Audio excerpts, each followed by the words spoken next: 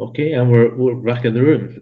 Fantastic. So, let's see if I can find our next speaker, David. Oh, there we are. I will invite David Paul, who is the MD of VectorVest UK. He's here, which is fantastic. So I've just sent an invite, David. You should be able to click there. We'll get you sharing the screen. So I hope everybody's well, and thank you for attending. Well, attendance has spiked up in the last 5 minutes or so. David, must be all your fans come to join.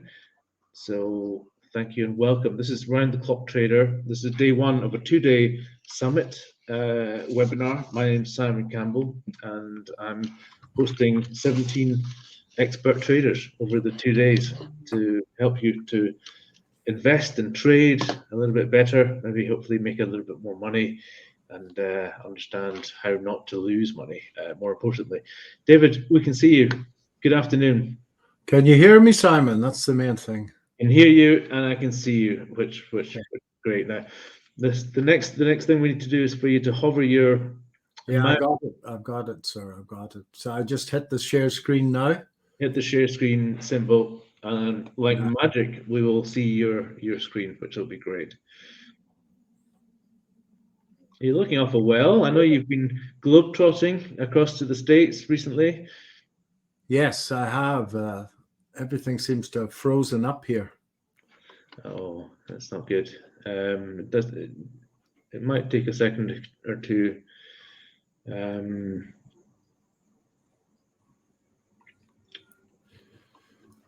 I can't do it from this side, unfortunately. What I'll do is I'll just. Should take us. Maybe it'll take a second to go through. What I tell you what, I'll share my screen and then.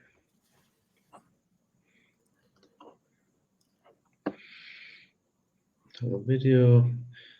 You've got the little laptop symbol with the arrow on it. Is that on? That's what you've pressed? Yeah, that's right. Yeah. So choose what to share, it says. Okay, yeah. So you just select one of the windows, one of the screens on your.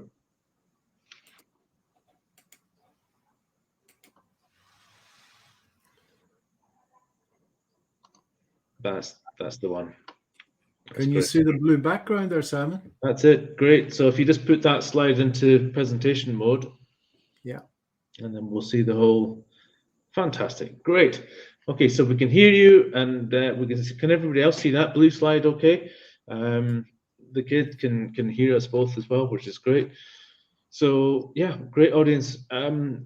David, you are Managing Director of VectorVest UK. I know VectorVest very well myself, having worked with the business myself 10 years ago. 10 years ago, wow. Sounds like sounds like just a few years ago, doesn't it? Time flies. Yeah, slipped in, that's for sure. Okay. VectorVest, for those of you, I know we've got quite a few from the US here on the webinar.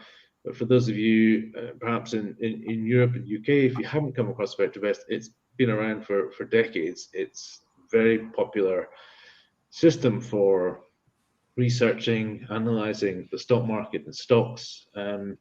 But more than that, and David will tell you why it offers more than that, and why so many thousands of people use it almost religiously around the world as a tool to manage their investments. We're looking at the swing trading aspects of the system today, David. So I'll turn over to you, and we'll take some questions as we go through. Okay. Well, Simon, thanks very much for having me along. Good afternoon, everyone. It's about 2:05 here in West London.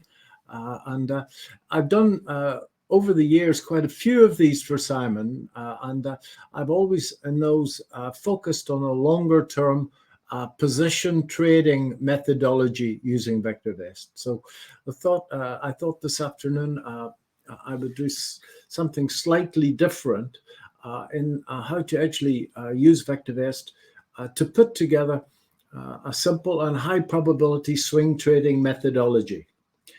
And it's a methodology that I use myself, and it's looking for swing trades which last from a few days to a couple of months, I suppose.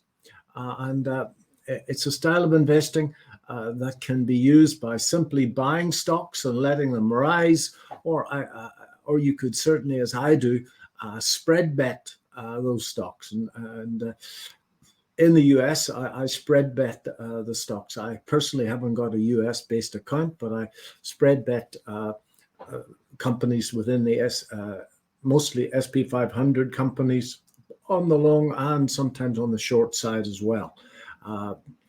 So let me start. And the first thing I've got to put up, of course, is that VectorVest, I think, pretty much the only investment software and education provider in the UK, and I speak under correction maybe, that is authorized by the regulator, the FCA.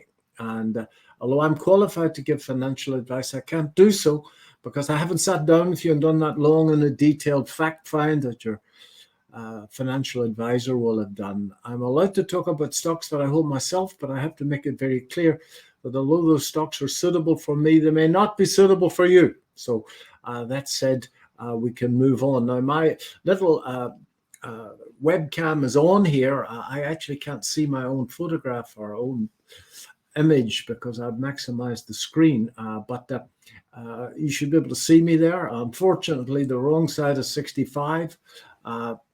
And last September, it was 40 years since I put on my first trade in the stock market.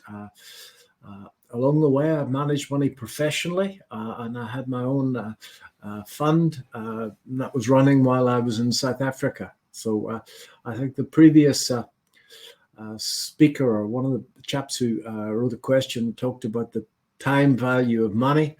And unfortunately, when I was 12 to 30, the only thing, Simon, that I had any interest in was chasing a rugby ball, and everything else came second. So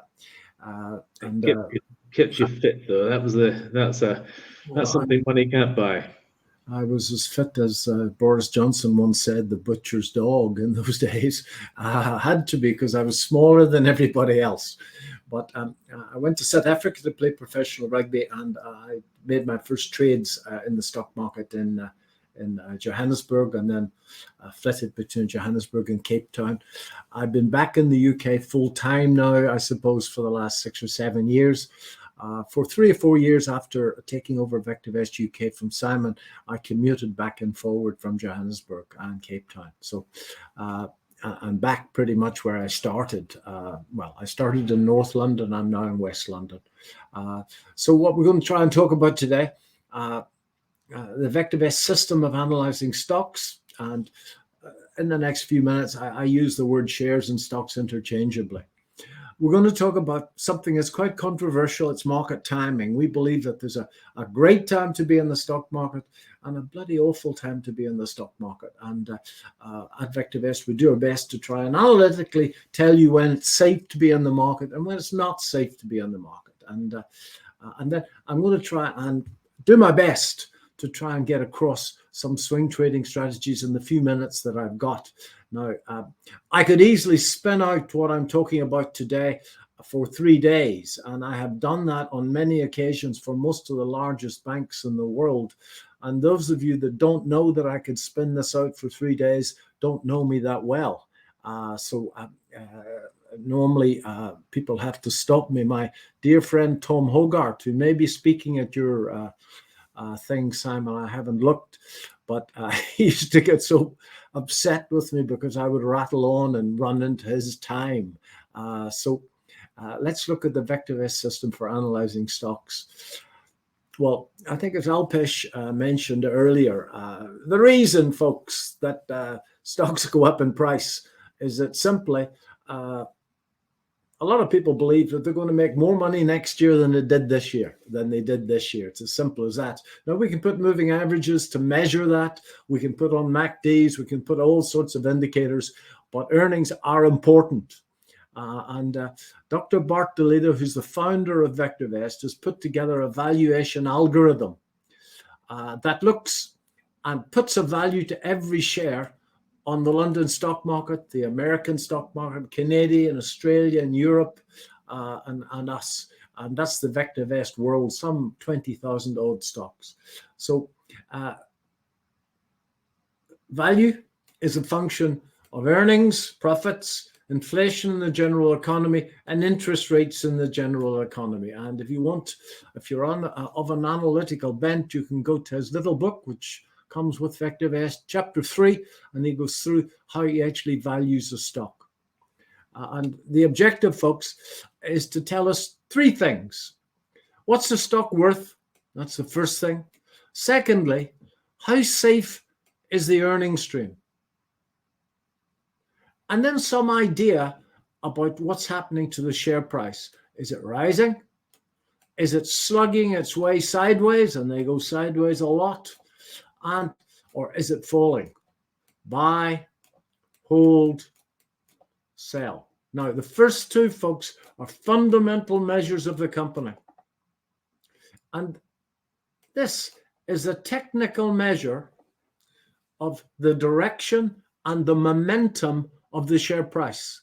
And everything that goes into VectorVest, we do our best to integrate both the fundamentals and the technicals. And many of you will know my dear friend Zach Meir, and Zach once told me that he felt that VectorVest was the best of both worlds, the best of fundamental analysis put together with the best of technical analysis in the simple and pragmatic search for high probability trading opportunities. And I have to go through this relatively quickly, but it's all repeated within VectorVest itself. Our first proprietary measure is the value of the share today. The second proprietary measure is our best shot at the future. It's called relative value, and it measures the long-term price appreciation potential of your stock. And for long-term, read 3 years, in relation to what a corporate bond will pay in that same period. No, so it looks at the share price today, it looks at earnings growth and a few other things, and in fact does its best to work out how your share is going to fare in relation to a corporate bond.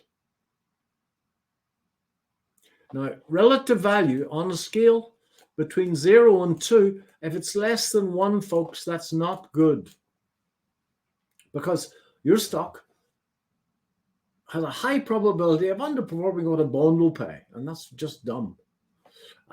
If the relative value is greater than 1, at least you're outperforming a corporate bond, which is not bad. And folks, if the relative value is greater than 1.25, then over that period of 3 years, we would expect the share price to significantly outperform a corporate bond.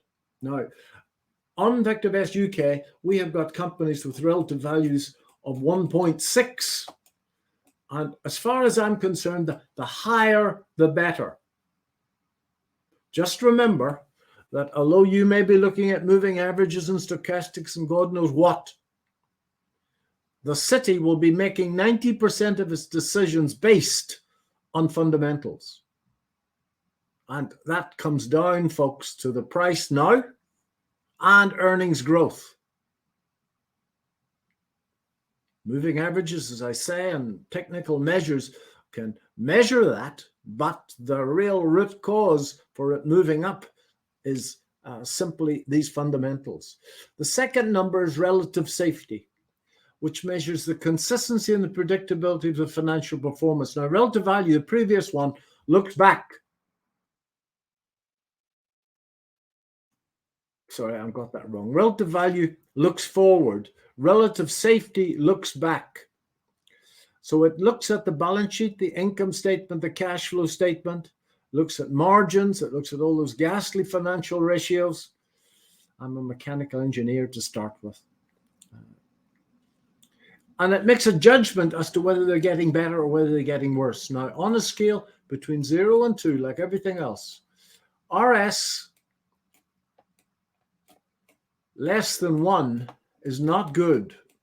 because that's saying that these numbers have been up and down over the last few years.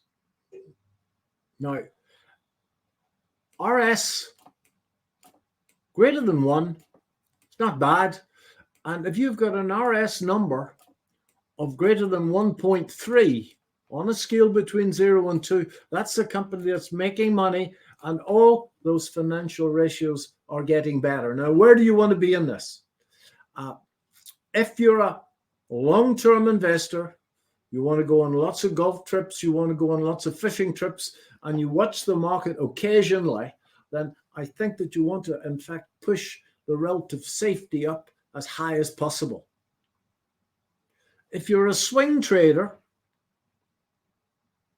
and you're watching the market aggressively and you've got the proven discipline to put a stop loss in and adhere to that stop loss. Many people put stop losses in, but when it gets close, they change and move the stop loss or take it out. Has anybody ever done that? Give it another day. If you've got the proven ability to handle stop losses and manage risk via stop losses, then by all means, you can actually trade in lower RS stocks. But in my swing trading, I like to see a relative safety of greater than 1. So you need to pick where you want to be on that. And then the last proprietary number is called relative timing, which measures the short-term trend of the share price. And this is purely a technical measure. So RT less than 1 means the darn thing is falling. Less than 1. RT greater than 1, simple-minded, means it's rising, and the further above 1, the faster it's rising. And then what Bartolito did, in fact, I first saw this at a seminar that you did, Simon, in Gloucester Road. And I was in London working with Tom Hogarth at the time.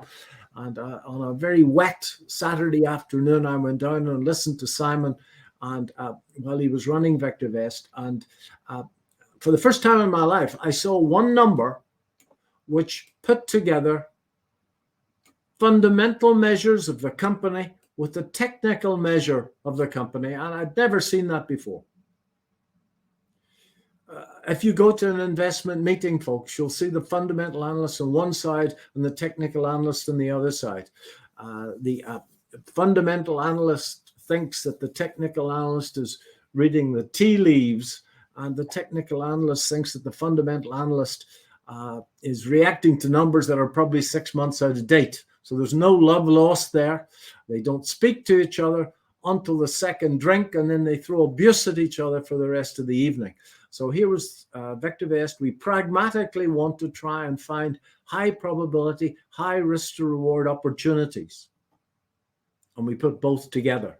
Now, stop losses are a dirty word, because when you buy a share, life is full of fun and full of promise.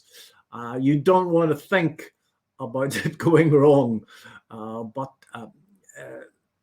nobody knows what's going to happen next for sure. Not me, not you, not Simon Campbell, and certainly not that idiot jumping up and down on the TV every afternoon. Nobody knows what's going to happen next, folks, for sure. Maybe you can put an 80%. On Monday afternoon, I predicted the share was going to move up with an 80% hit rate, and it did. I'll show you it later. But nobody knows what's going to happen for sure. Stop losses, are they for you? Well, we put a stop loss and calculate a stop loss for every share in the market. It's certainly a level where you need to think.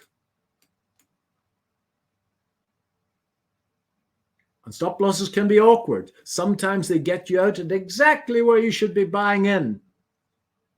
But they do protect you. And let's face it, I had a position in polymetal, and I hung on to the position too long, but I finally sold it at the VectorVest stop loss.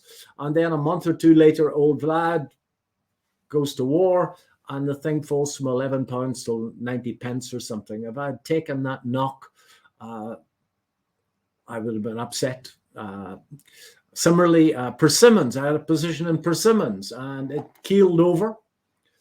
and managed to miss out, thank God, on a 50% knock. Similarly, Lion Trust Asset Management, I ran it from £9 after COVID up to 25. It pulled back to 21, hit the VectorVest stop loss, got out at 21 and bought in again maybe a fortnight ago, okay, at the lows. So stop losses have their place. They can be a colossal pain at times, especially in noise, but they do stop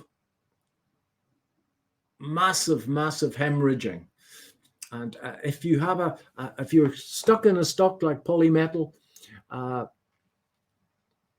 it falls from where you bought it, let's say 12 or 13 pounds, to a few pence, 90 pence. So you say to yourself, I can't sell it now. It's not worthwhile selling it now. So every time you go to your broking platform, you see this red ink staring in your face, and it just affirms that I'm no bloody good at this.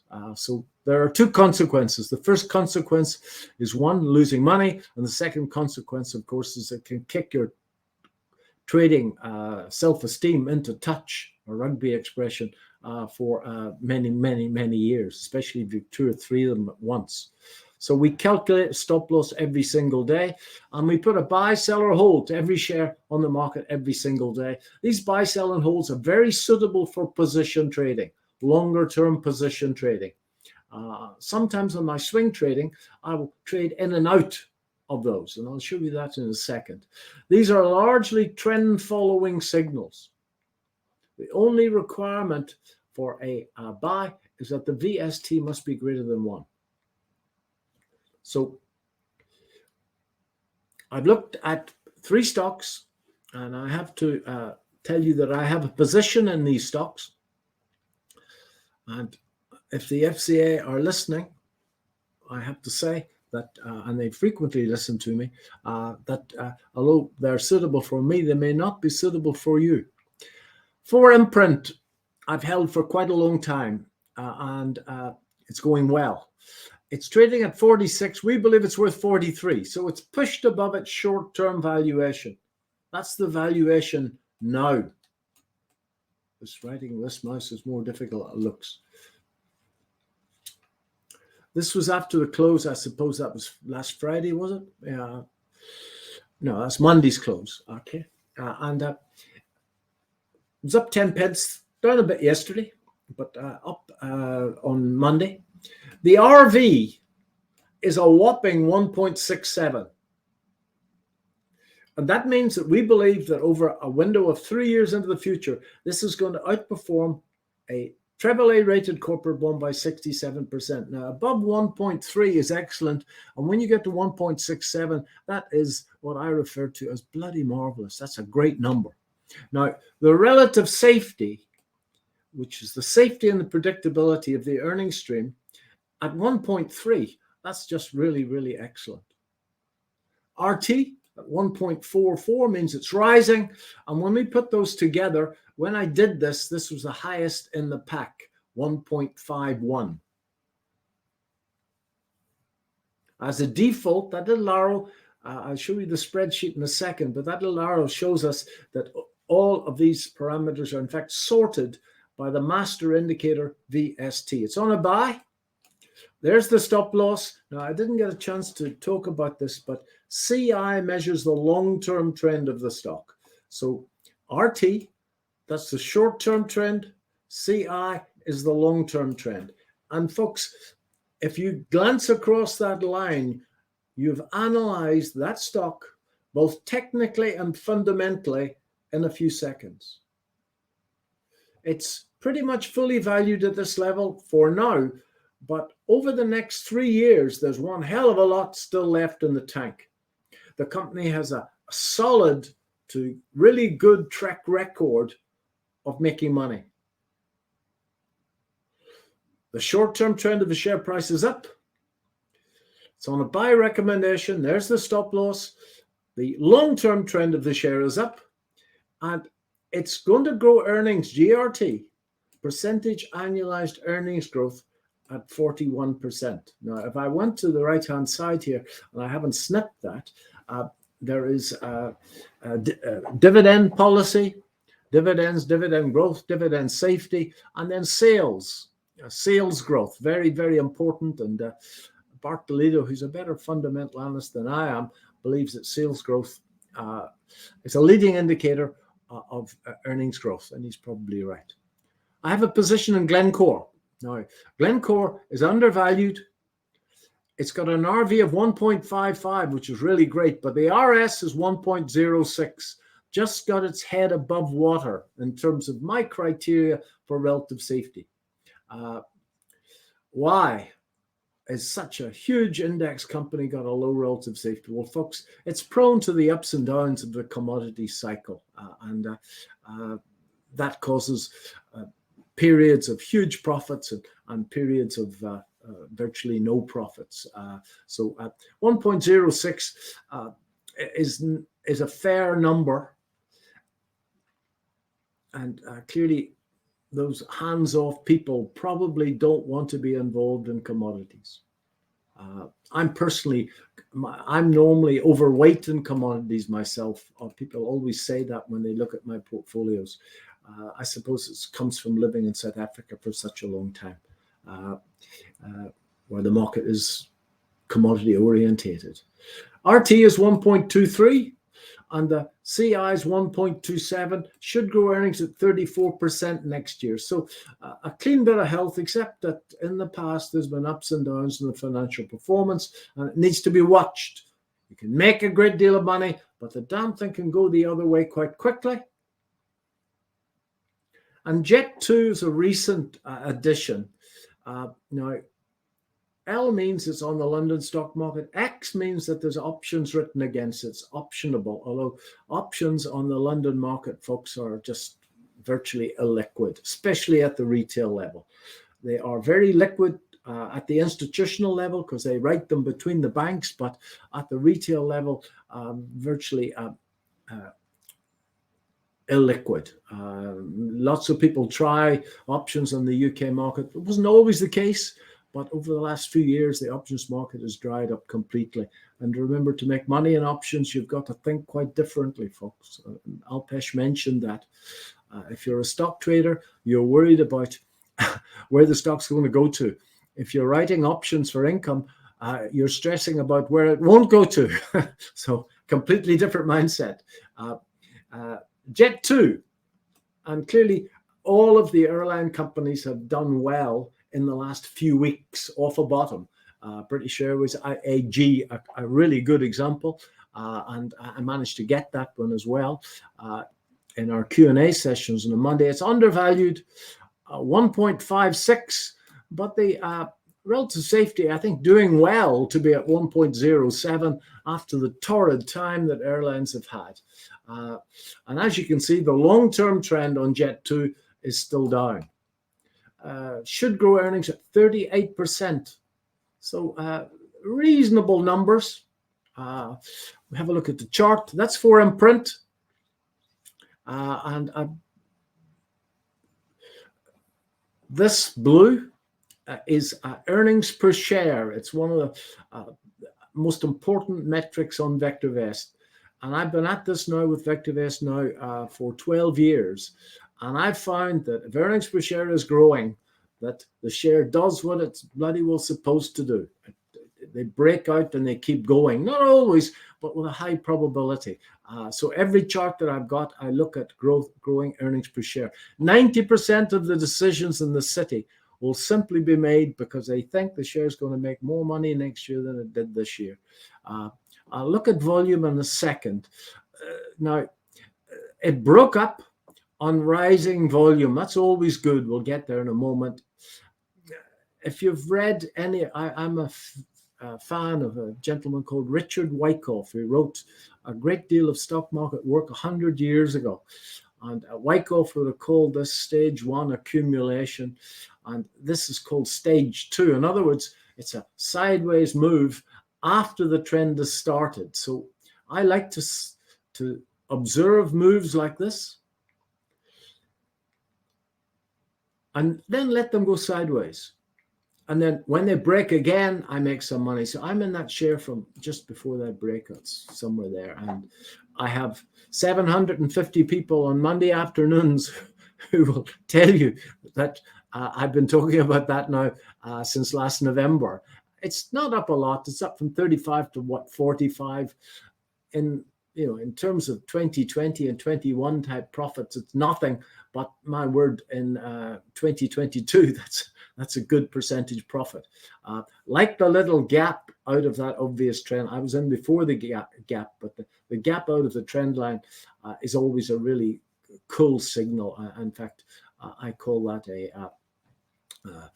a rocket launcher type move.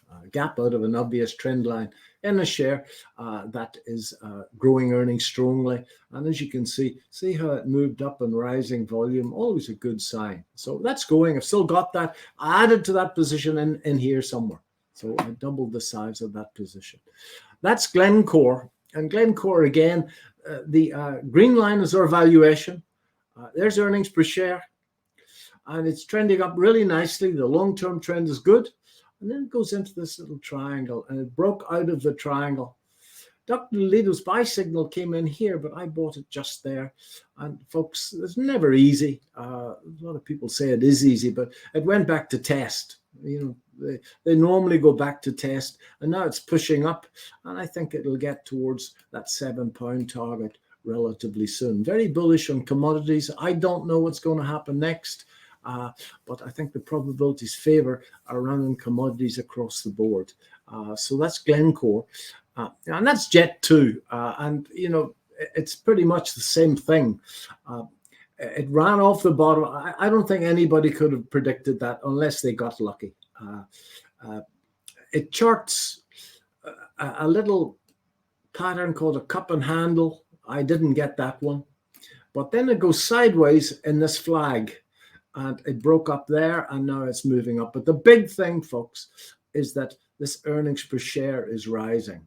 Now, on VectorVest, if the earnings per share is moving up linearly, that means that the share is growing profits, growing earnings, but it's doing it in line with what we thought. If we see a ramp, that means the share has done considerably better than we anticipated, than the market anticipated, and that always is an exceptionally good signal. So I'm not sure whether I got this right in terms of the cup and handle. Maybe that was the handle, and that added to my enthusiasm for the stock. And if that's the case, then that bet should be repeated. So I think all the airline stocks have gone a long way now, but Jet 2, IAG has already moved, but that looks very good indeed. And that was brought to my attention from one of our customers, in fact, out in Oxford. We have a nice group out in Oxford. So that looks exceptionally good. So what I'm trying to do, folks, is to put together stocks with outstanding growth fundamentals, with a high RV, reasonable RS that are rising in price. And then when you get that right, you don't need a great deal of sophisticated technical analysis to make a buck. Don't worry, towards the end, I'll make it more complicated than that. But you don't need to complicate it. And I have a terrible habit of complicating things, that's for sure. That's the longer term chart of Jet 2. And you can see why the long-term trend on VectorVest is so weak. And then we get this accumulation pattern here, and that's what old Wyckoff would have called a stage 1 accumulation, and this is stage 2. So we look at Wyckoff's pattern. He said that let me see how I would do this now, if I, without stuffing it up, Simon. If I go out my show again, discard my lines, and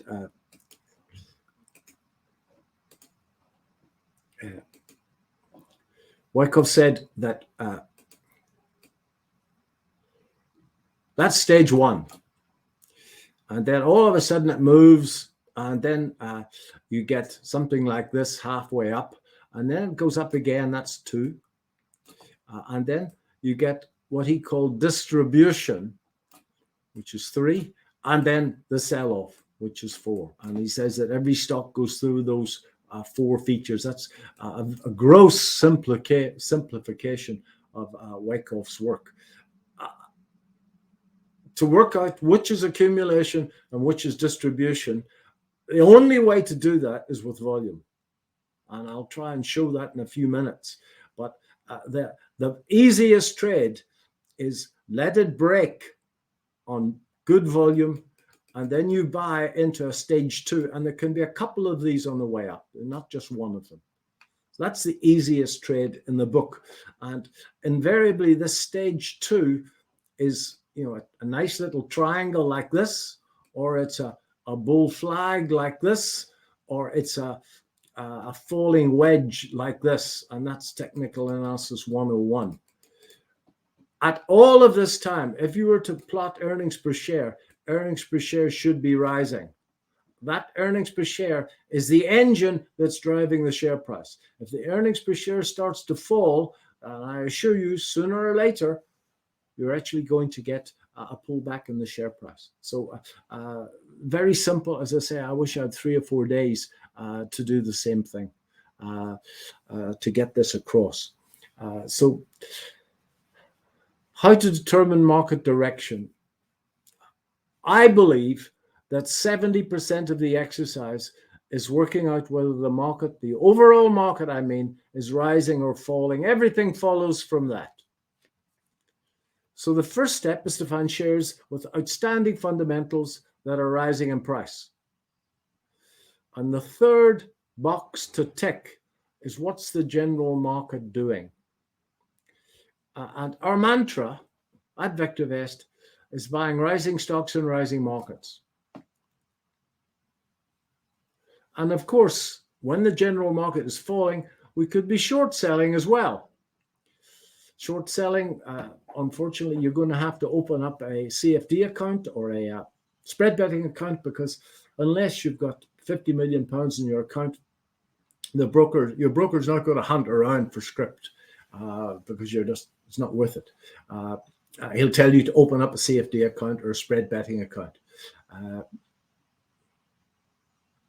So buying rising stocks in rising markets. That's the easiest way to make money. And Bart Toledo says that being on the wrong side of the market is the worst thing can happen to an investor. It doesn't have to happen to you.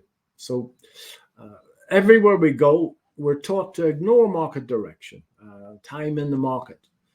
And that's my metaphor. They take forever to get up there and they fall darn quickly. That's Lion Trust Asset Management, just about to turn. So I did this just before we started. This is VectorVest UK, I hope, yeah, UK, after last night's close. There's a heap of information on the front page of VectorVest, and you can see these little boxes. You can actually arrange those little boxes to actually reflect the information that you want, so that you can see everything that you need to see at a glance. And VectorVest, of course, is available these days on your desktop, and it's available on your phone. And there's quite a sexy little app for both the Google phone and the iPhone. I've blown up the bit on market direction so that you can see it. And arguably, the two most important words on VectorVest are these two words, up and up. These reflect the position of the VectorVest composite, which is an equally weighted index of all 2,200 shares that we follow in the UK. It is the broadest measure of the London market that I personally know of. There may be more, but that's the broadest measure that I know of.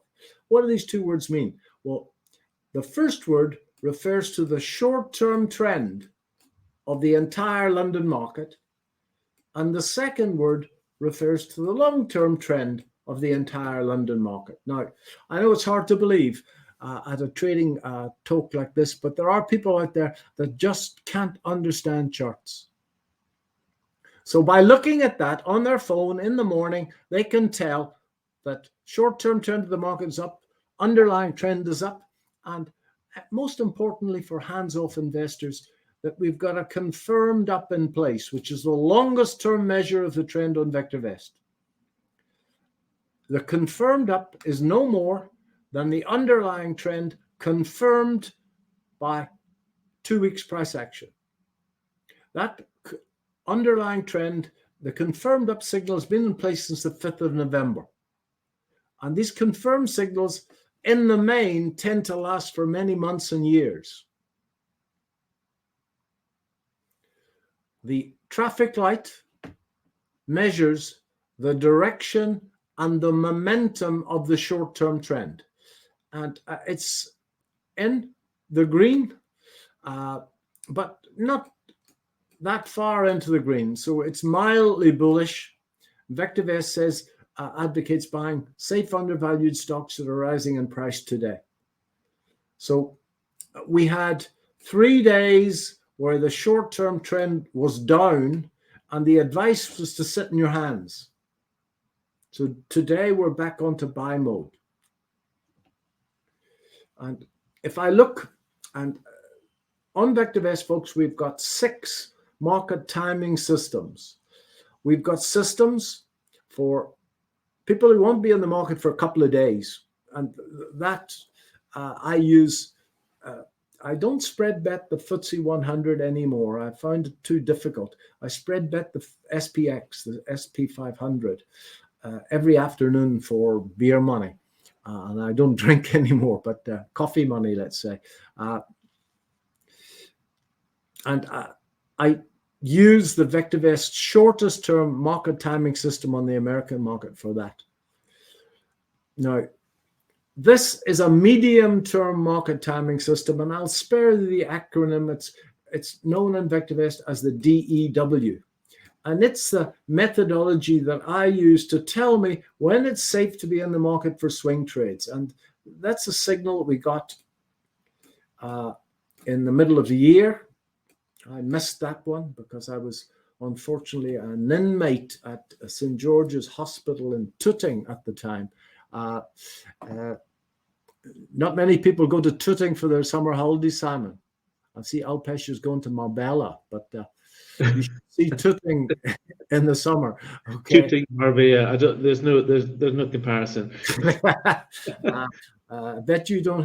I'll say no more about it. It's all behind you, though, David. We moved down here. And that was a signal that below that low, folks, that there was a great short there. And if you had the stomach to sit on that, that's great. As I say, inverse exchange traded funds in the UK market are very, very illiquid. So to make money in that, you would have had to look at some form of a spread bet. And the medium-term signal turned up here, lasted up for a few weeks, and then it came back. And from, I think, the start of January, it recorded a buy signal there. Now, these are reasonably aggressive. When you get a down signal, you're not saying to sell your stocks, but just saying don't buy any more until it turns back up. And that's been a really good run up in the last few days. My best performer is Games Workshop, and that was aided, of course, by that deal where they're going to actually sell their stuff through, I think, Microsoft or Amazon or somebody like that. So these signals do not repaint, i.e., you get a buy signal one day, you buy, and then you come back the next day and the buy signal is gone. That doesn't happen. So they're pragmatic, they're robust, and they work over and over and over again. So how to manage this thing? So I want to buy into stocks with great fundamentals, RV greater than 1.25, RS greater than 1. If I was more conservative, greater than 1.25 maybe as well. I've found that 3 moving averages that I've been using forever helps. And I use 20 on all charts, from 5-minute charts up to monthly charts. I use 21 EMA, 55 EMA, and 89 SMA. And where they all cross, an old fellow on the floor told me that it's called the floor. That's the New York floor. It's called a bow tie.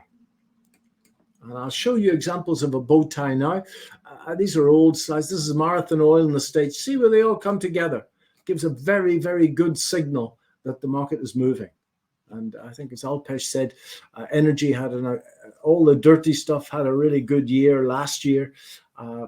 In the UK, energy, defense, and cigarettes. I haven't been able to find anybody that can explain why cigarettes had such a good year last year. So that's another really good example of the old bow tie. So I like to see the bow tie. There's Meta. There's a bow tie down just here. So if I'm trading in sync with the bow tie, and can you see what's happening to the earnings, folks?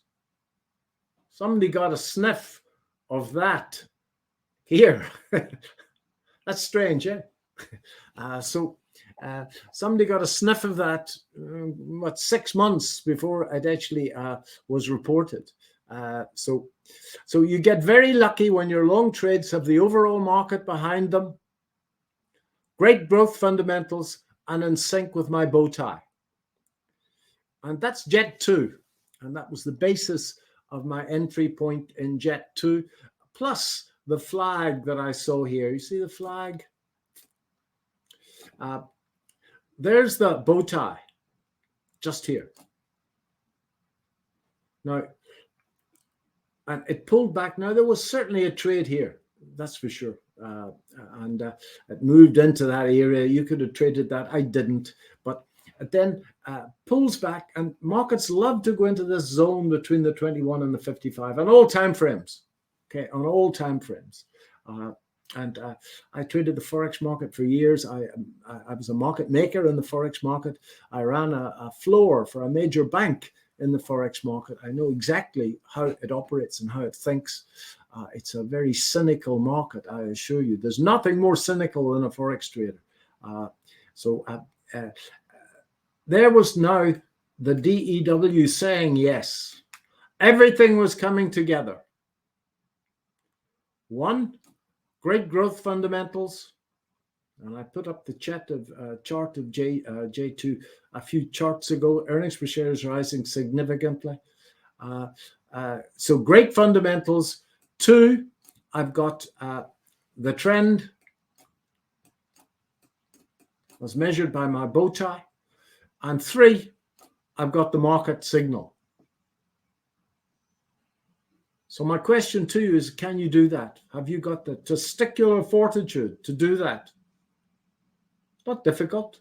Takes a bit of practice. They're always easy in hindsight. Don't let anybody tell you different. It takes a little bit of testicular fortitude to make it happen. That's four. And there's the bow tie, just here. As I said earlier, I'm happier letting somebody else beat their head against the stage one accumulation, because the stage one accumulation can last 6 weeks, it can last 6 months, it can last, and there's an awful lot of false breakouts. So let the market run up in good volume, and then let the moving averages cross, and then buy this pullback. That's the easiest trade in the world.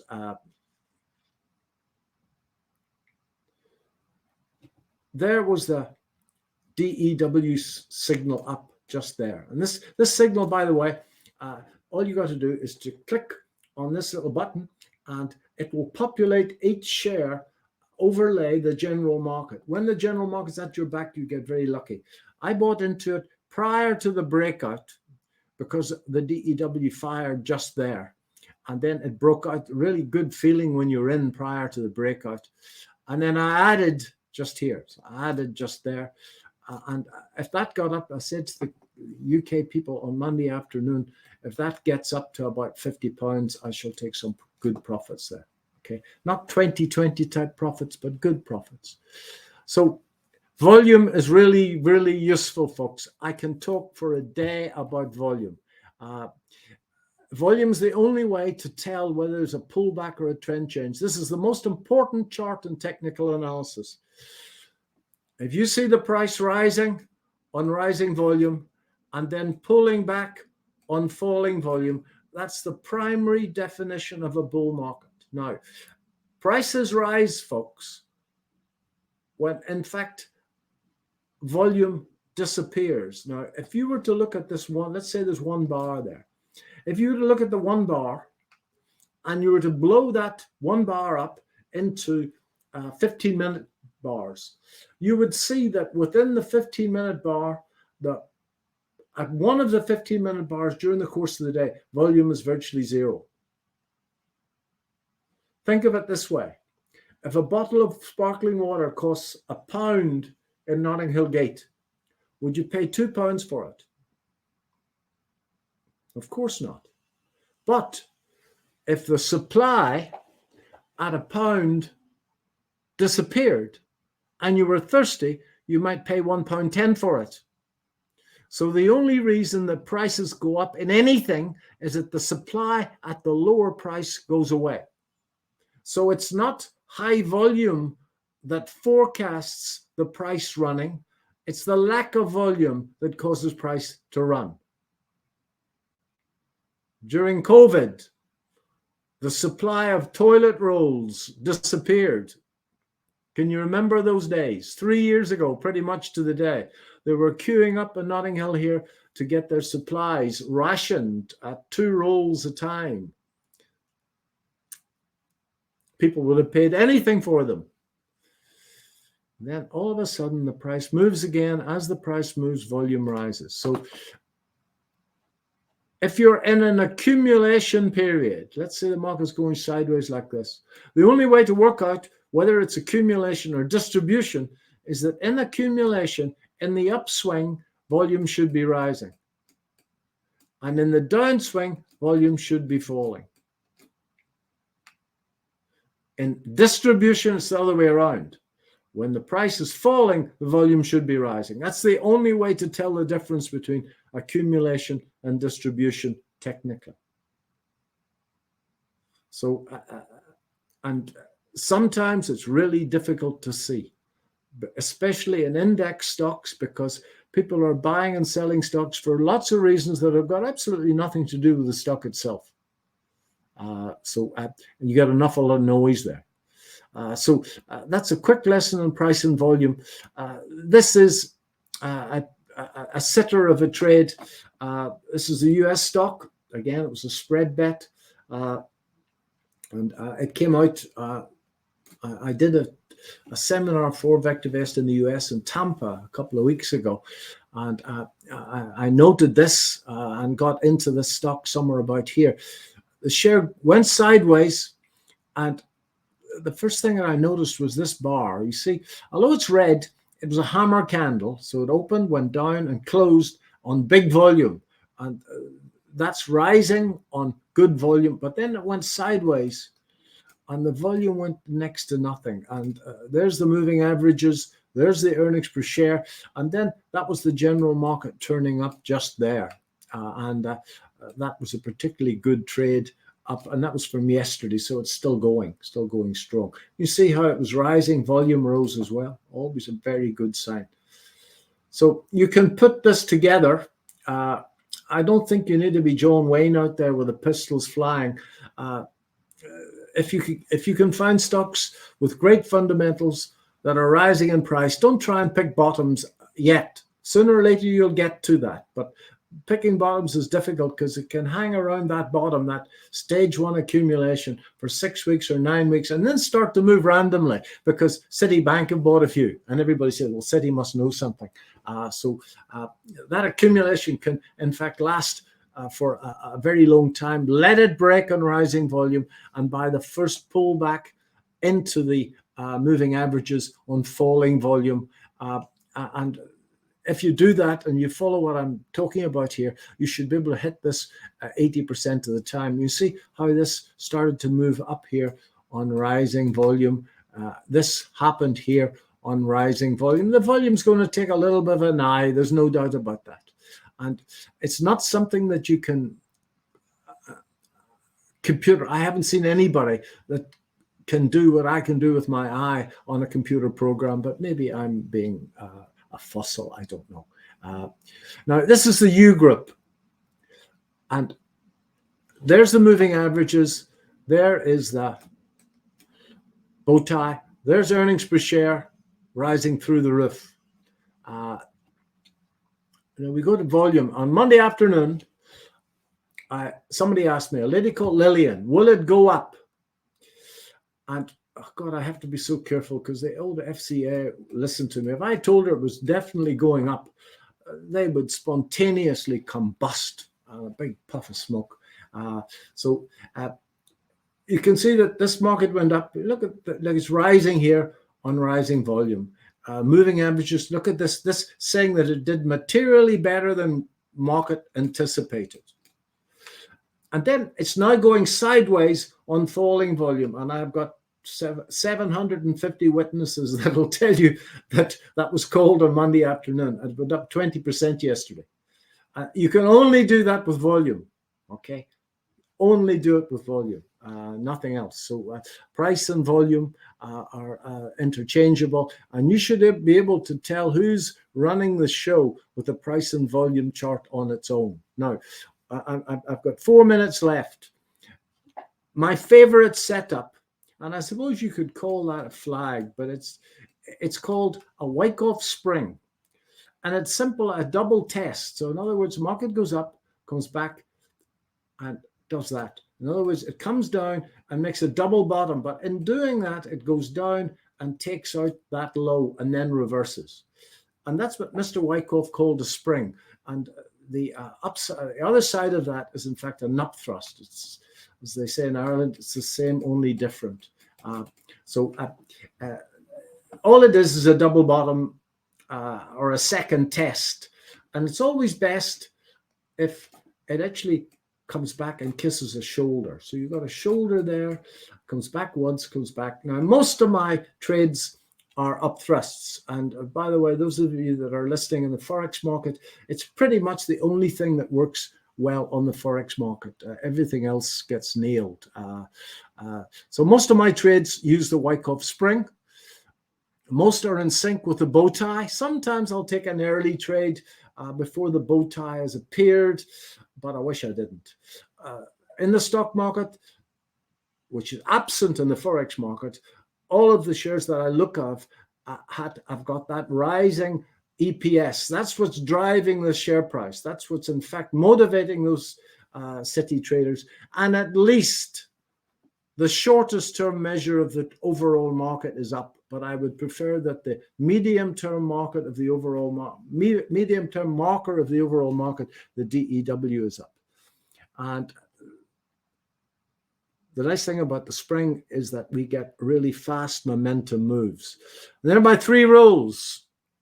I've been talking about these since Tom Hogarth and I worked together. The good trade is the hard trade, always. Not hard because it's hard to understand. It's just hard to do. You're buying in at a place that's emotionally difficult. I want to fade the short-term trend in the direction of the long-term trend. And I want to place my entries where the masses place their stops.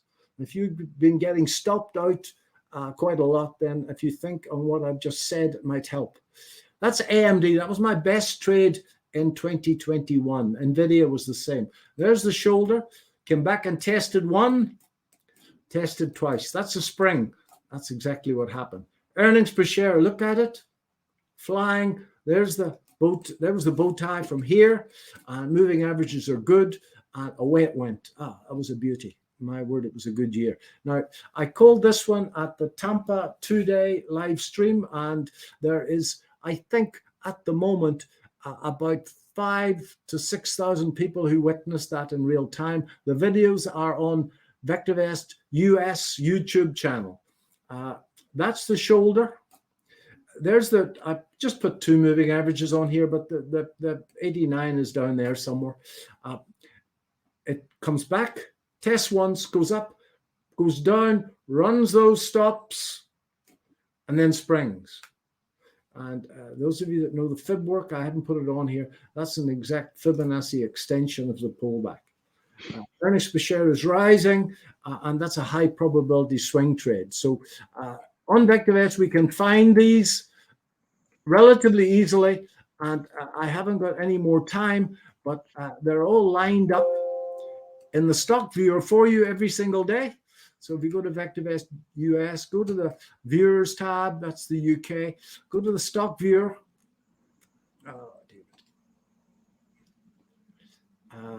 an awful lot of stuff here working on the internet once. And there, you don't have to look at much more than the top 30 to find those stocks with the best combination of value, safety, and trend. All there. There's you at the top of the group, up 12% yesterday. 4 Imprint. We're waiting on a signal from Tongela, pulling back. Standard, the banks are looking great. Like the look of Hostel World, if you've got the stomach for a RS of 0.91. Hunting looks good, should the oil price move.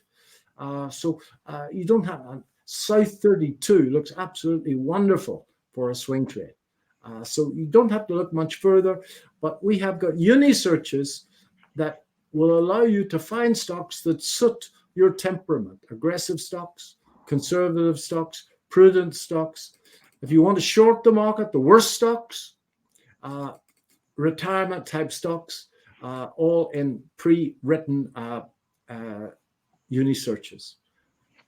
But you don't have to look much further than the top 30 by VST to find stocks that are great swing trading opportunities. Folks, if you, I've run over, I've got no time for my sales pitch, but we've got a special on at the moment. I normally have a special link here for Simon, but the special link goes to a £5.95 trial. But if you go to vectorvest.co.uk, click on the 30-day trial. It's a whole 99 pence. All right. That'll save you a fiver. You can have a pint. So there's a special. The RTC link, Simon, goes to the £5.95 one. I didn't have time this morning. I should have changed it yesterday, but I didn't have time to do it. Don't mention it. Listen, thank you so much for that. Great feedback coming in from people that have been in the room. Again, there's so much more that you can give. You know, I've sat in a lot of your seminars over the years. So I mean, do sign up, take the trial, if only to access a lot of the content that's in the archives that David's presented over the years with VectorVest. That's worth the 99 pence alone. David, thank you so much for joining us. Great to have you. Hopefully we can see you again next time.